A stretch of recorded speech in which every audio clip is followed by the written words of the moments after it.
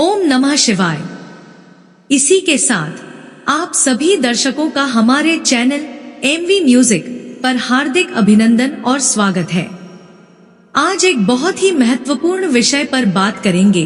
वह कौन सी 5 गलतियां हैं जो ईश्वरीय अनुभवों और ईश्वरीय लाभ को रोक देती हैं।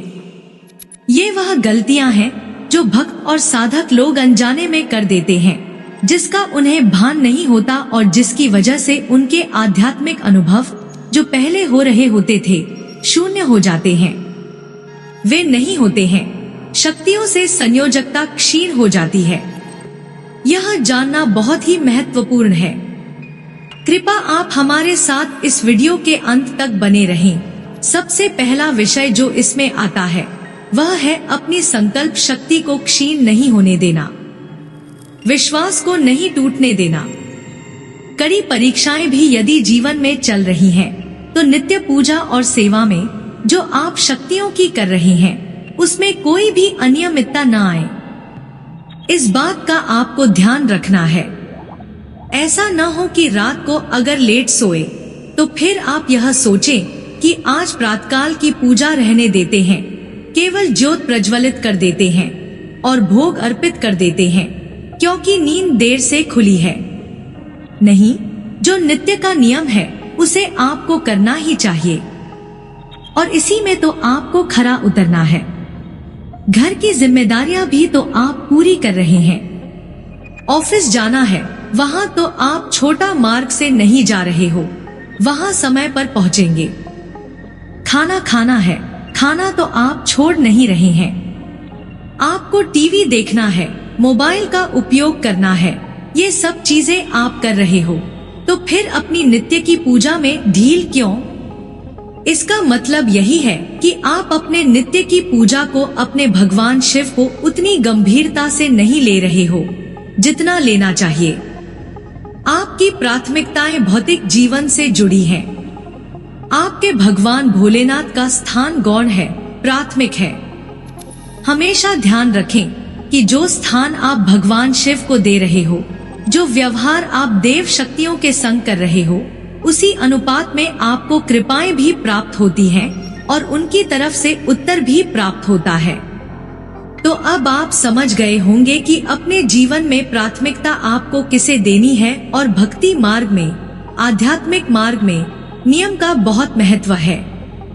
जितनी अटूट संकल्प शक्ति होगी उतना ही ज्यादा सफलता आपको प्राप्त होगी।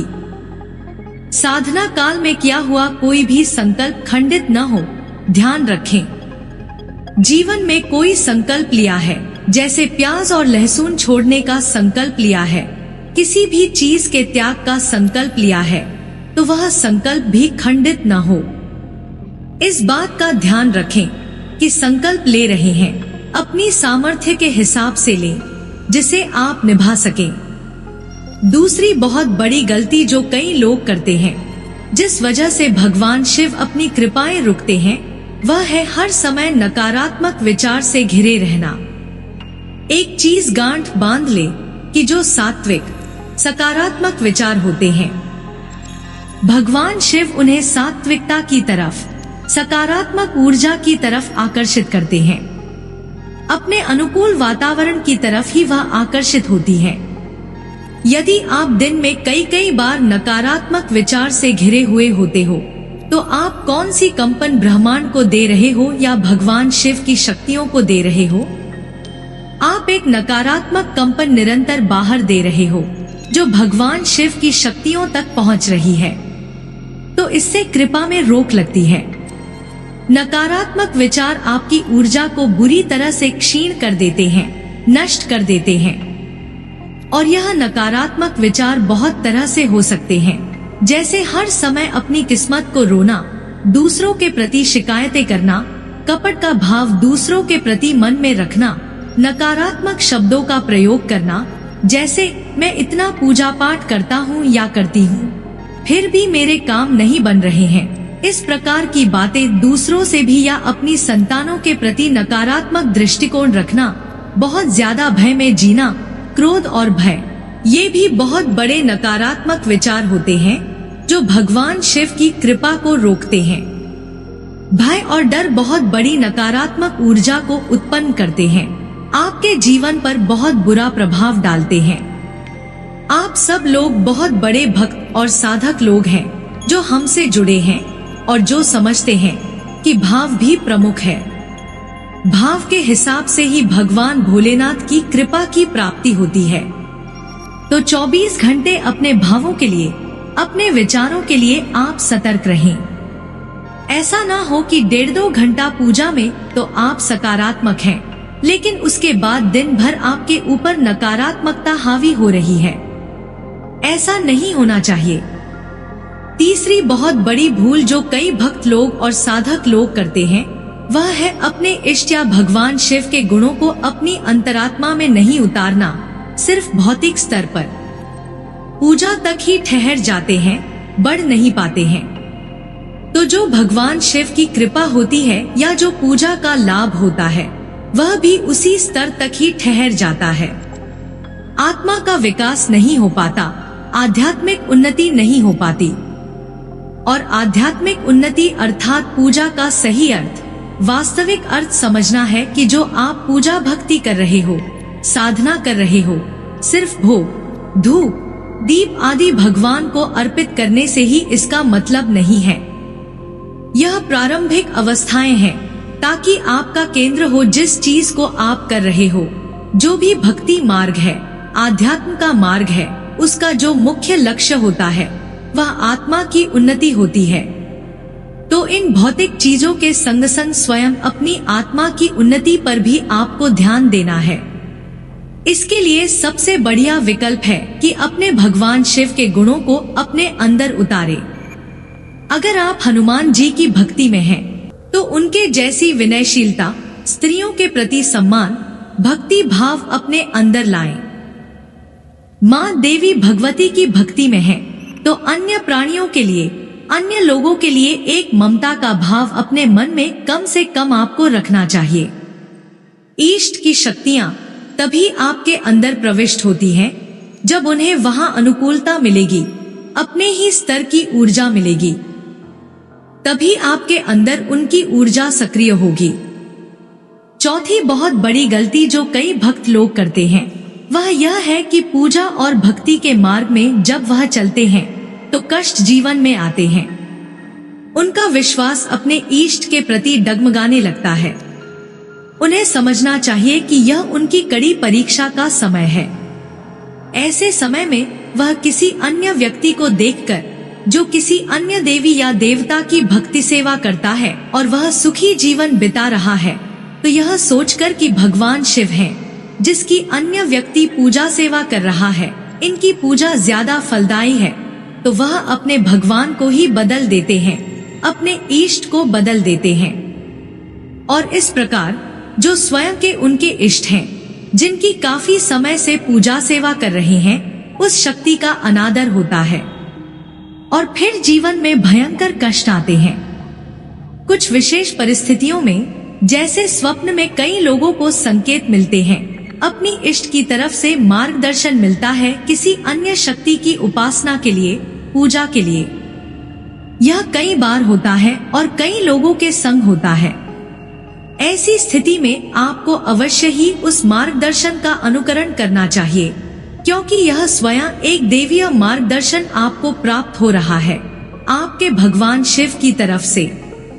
लेकिन किसी की देखा देखी कि अमुक व्यक्ति उस शक्ति की उपासना कर रहा है, वह बड़ा सुखी है, वह सफल है, धनी है, तो आपने अपने भगवान बदल दिए, ऐसा कभी नहीं करना चाहिए। देव दोष लगता है। आपको यह समझना होगा कि इस समय जो भी आपका कठिन समय चल रहा है, जिस शक्ति की आप पूजा उपासना कर रहे हैं, उसकी वजह से ही आपकी कठिनाई है। अगर उस शक्ति की कृपा न होती तो बहुत ज्यादा समस्या आपके जीवन में होती। इस तरह के विचार और सकारात्मक दृष्टिकोण आपको रखना है। यही सत्य भी है जो आपको अपनी भौतिक आंखों से अपनी अज्ञानता वश दिखाई नहीं देता, अनुभव नहीं हो पाता। भगवान शिव की जो कृपा आपको मिल रही है, उस समय भी वह आपको नजर नहीं आती। तो इस चीज को आपको अच्छे से समझना है। अगली भूल जो कई भक्त साधक लोग करते हैं वह है कि बहुत सारी उच्च ऊर्जा बड़ी बड़ी देव शक्तियां हैं, उन सब के मंत्र अनुष्ठान 2-3 के मंत्र अनुष्ठान एक ही समय पर उठाने की गलती करना। उस ऊर्जा को संभाल नहीं पाते, ऊर्जा का आपस में संघर्ष होता है और फिर संकट जीवन में आते हैं, काम बनने की बजाय बिगड़ने लगते हैं। कई लोगों के कमेंट हमें प्राप्त होते हैं कि माँ काली की हम उपासना कर रहे हैं, लेकिन हम माँ तारा की भी साधना करना चाहते हैं, माँ बगलामुखी का भी यह मंत्र उठाना चाहते हैं, तो क्या हम यह सब एक साथ कर सकते हैं? ऐसा नहीं करना है। एक ही को साधें एक समय पर। जब एक महाशक्ति की उपासना करते हुए काफी समय गुजर जाए तो उस शक्ति की तरफ से आपको स्वयं ही कोई ना कोई मार्गदर्शन, कोई ना कोई संकेत प्राप्त होता है। जैसे हमने पिछले लक्षण में भी बताया, स्वप्न के माध्यम से ध्यान में प्राप्त हो सकता है। तभी आप किसी अन्य शक्ति की साधना उपासना की तरफ बढ़े, या फिर आपके गुरुजन के द्वारा, जो आपके गुरु हैं, वह आपको कोई ऐसा विधान बता रहे हैं, कोई आपका मार्गदर्शन कर रहे हैं आध्यात्मिक स्तर पर, तो ही आप ऐसा करें। अपनी स्वयं की मर्जी से उच्च ऊर्जा बड़ी देव शक्तियां हैं, उन सब के बहुत सारे मंत्र विधान एक ही समय पर न उठाएं। काम नहीं बनेगा, बल्कि जो बना बनाया काम है वह बिगड़ जाएगा। आखिरी संकेत बहुत ही महत्वपूर्ण विषय है कि मानव जीवन में रहते हुए जो भी जिम्मेदारियां, पारिवारिक, समाज के प्रति जिम्मेदारियां आपको मिली हैं, उनसे पीछे नहीं हटना है। रोज की पूजा भक्ति में आप बहुत समय दे रहे हो, 2 से 3 घंटे तक भगवान शिव की आराधना में, लेकिन जो घर में आपके माता पिता हैं, वे अपेक्षित हैं, घर के अन्य सदस्य हैं, उनके प्रति आपकी जिम्मेदारियां यदि आप नहीं निभा रहे हैं ईमानदारी से, तो ईश्वरीय कृपा में हमेशा के लिए 100% रोक लग जाती है। इस चीज का आपको ध्यान रखना है। तो मानव जीवन जो आपको मिला है, उसके रहते हुए जो आपके आसपास आपसे जुड़े हुए लोग हैं, उनके प्रति अपनी जिम्मेदारियों को आपको निभाना है। तो अब हम अपनी वाणी को यही विराम देते हैं। आज की वीडियो में इतना ही।